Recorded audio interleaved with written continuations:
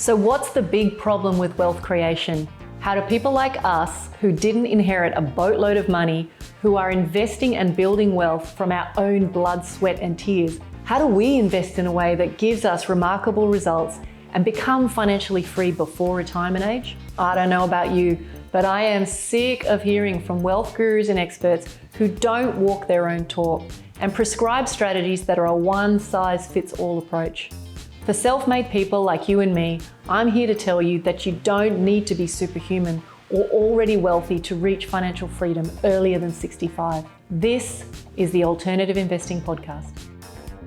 Hey guys, welcome back to the podcast. In today's episode, I want to address the question of, does owning more properties mean you are more successful? And I'm going to actually steal my own punchline here and say absolutely not. I think counting the number of properties that you own as the metric for success is purely a vanity metric, and I want to really unpack this idea for you so that you can better understand why it is categorically, hands down, the wrong way to view wealth building. I was talking to a client over the last month about his borrowing capacity. He is someone who has been a business owner for the last decade. He's had his head down, bum up, working his tail off, trying to put himself in a position where he could build the wealth that he wanted.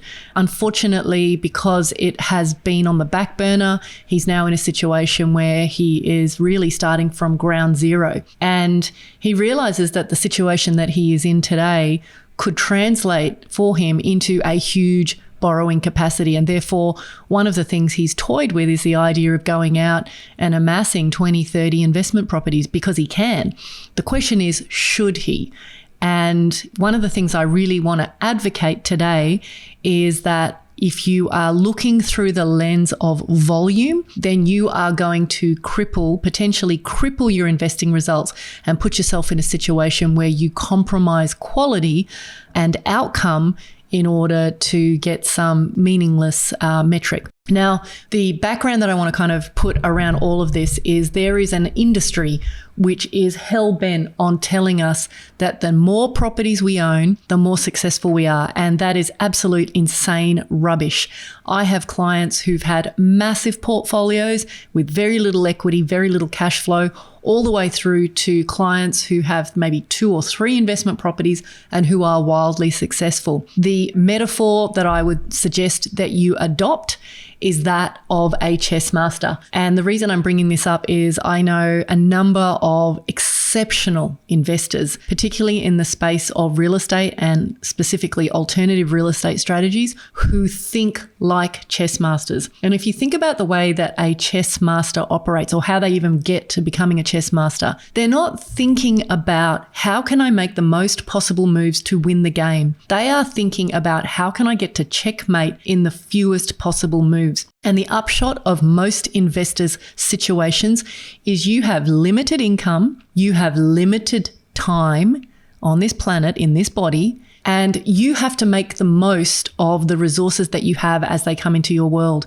And the real game around investing that not many people will talk about is how do you take $1 out of your pocket today and put it into something that will exponentially grow and that will, within the shortest possible time, look after you, give you that freedom, give you the financial independence to do what you want with your time, even if that constitutes continuing to run your business or work. So this concept of being a chess master is about how do I get to the outcome that I want, which for most people is financial independence with the fewest possible moves, not the most, the fewest. So what that means is you shouldn't get stuck thinking that you need to buy X number of properties, or that if you don't buy X number of properties that you have lost the game. You need to be creative. You need to think outside the square. And above all, you've got to apply common sense to this stuff. If you understood that the whole game is pitched against you, whether it's real estate agents, buyers agents, brokers, financial planners, wealth gurus, all these property experts, they are all there to try and sell you volume. And the reason they're wanting to sell you volume is that's how they get paid. The vast majority of people in and around the wealth space have made money, have become wealthy because of the business they run, not from actually being a practitioner and being good at the work that they do. So if you have that context in your mind, and I'm not saying there's anything wrong with those people. In many cases, they're skillful, they're good at their jobs, and they certainly help a lot of people along their way. But if you can remember this idea that working with them, their interest is in selling you volume, then you can start to bring some clarity and take back some power around what you buy and when. So with that framework in mind, there's just a few things that I want to kind of drive home as, if this is the truth, if the industry is stacked against us, if income is our limiting factor when it comes to accumulating real estate, which it is today, it's certainly not like it was 20, 30 years ago where income was irrelevant and it was all about the deal itself, where you could buy an asset, wait for it to grow a little bit, refinance, pull out some cash and go again and go again and go again. And that is why there were so many investors back in the day when I started who were able to amass these enormous property portfolios with very little equity across the board, with in most cases very little cash flow, but they weren't inhibited by the fact that they might have only been an average wage earner, for example. These days, that is not the case. The banking system is significantly more conservative. The global financial crisis was really the point of inflection where the banks started to tighten the screws and then continue to tighten them. And now we're in a world where the conservatism of the banks is really what's going to stop us from growing our portfolio, which, frankly is not a bad thing. But the question is, what do we do about it? What does it mean for our wealth? And how can we still put ourselves in a position where we can exit the rat race sooner? And I think the first thing that I want to really focus on is this idea that you have to have clarity about what your borrowing capacity is today. And just bear in mind, today it will be different to tomorrow, will be different to a month's time. Now, I'm not saying there are huge changes that will affect your borrowing capacity and your ability to access leverage. But what I am saying is that if you are really interested in pushing the envelope, in really understanding how to optimize, then there's two things you need to do. Number one, you have to shop around. Do not be the person who goes to their own bank that you currently have your personal accounts with and say, what will you lend me? Oh, okay, you won't lend me the money, so I'll just live with that. Go elsewhere. Talk to other banks.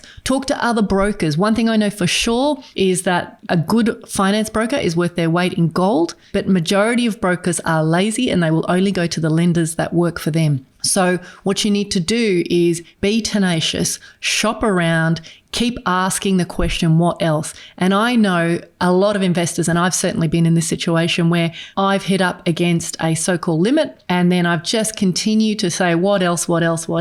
And then I found another opportunity to change things. Now, I'm not suggesting that you push to the limit. What I am suggesting is that you don't necessarily have to accept the first answer, but above all else, get clarity on your borrowing capacity. Second thing, as I mentioned before, is we want to think like a chess master. The first part of the wealth building journey, and if you haven't listened to it already, go back and listen to my podcast on the three games that you have to play if you want to become financially independent. But the first part of the wealth building game is build capital. You cannot skip over that part. So if you are going to take your dollar or your premium income out of your pocket today and put it into assets for a better tomorrow, you want to be sure that you do it in the fewest possible good moves. You don't want to just, fall for the first glossy marketing brochure that comes your way. You don't want to be sucked into something that someone said on socials that makes sense to you, so you jump in on a deal. You want to think about what is the overarching game plan? How are you going to go bang, bang, bang, move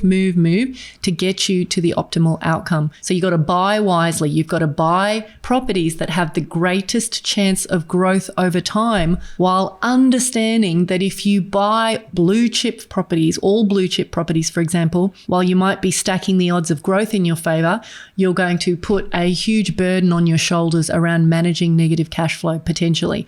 So I guess the point that I'm making is that you can't avoid the capital building component of the game, but focus on quality moves. Get that trade-off between carrying negative cash flow and growth right. And, everyone's a millionaire with the benefit of our hindsight, but what we want to do is understand that we want to do our research, we want to have our investing rules, and we want to be thinking 2 or 3 moves ahead at least. The last thing that I want to say is that investing is a process of laying bets. There's no question about that. So even if you do all the right things, as I said earlier, it's only with the benefit of hindsight you'll know whether or not you made a good decision. But I guess the point I'm trying to make on this one is sometimes you just have to park your capital and wait. Sometimes investing, particularly in assets like real estate, which don't move rapidly, fortunately, it's a waiting game. It's like watching paint dry, unfortunately. So if you are feeling impatient, just remind yourself that you are playing the long game. And then obviously, I guess the real punchline that I want to kind of deliver to you is that I have clients who don't hold a huge amount or a huge volume of real estate deals. Maybe they own 2, maybe they own 3, maybe they own 4. Sometimes they own a way more than that. But by getting to a point where you can see that you've created net worth and you've got some good working capital sitting behind you, and then taking a small piece of that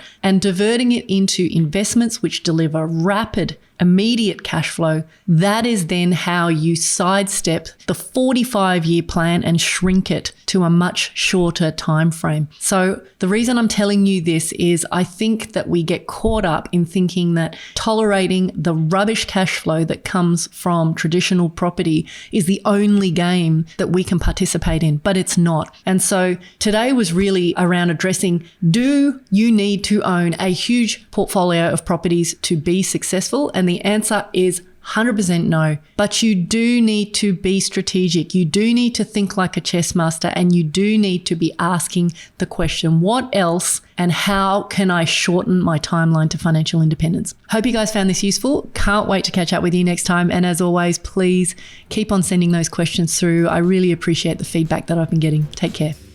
You've been listening to the Alternative Investing Podcast. If you're feeling frustrated that despite doing everything right in the property investing playbook and you're no closer to financial freedom, then head on over to incosiwealth.com to learn more about how you can use alternative investments to catapult your investing income and blend strategies to shave decades off your timeline to financial freedom. See you on the next episode.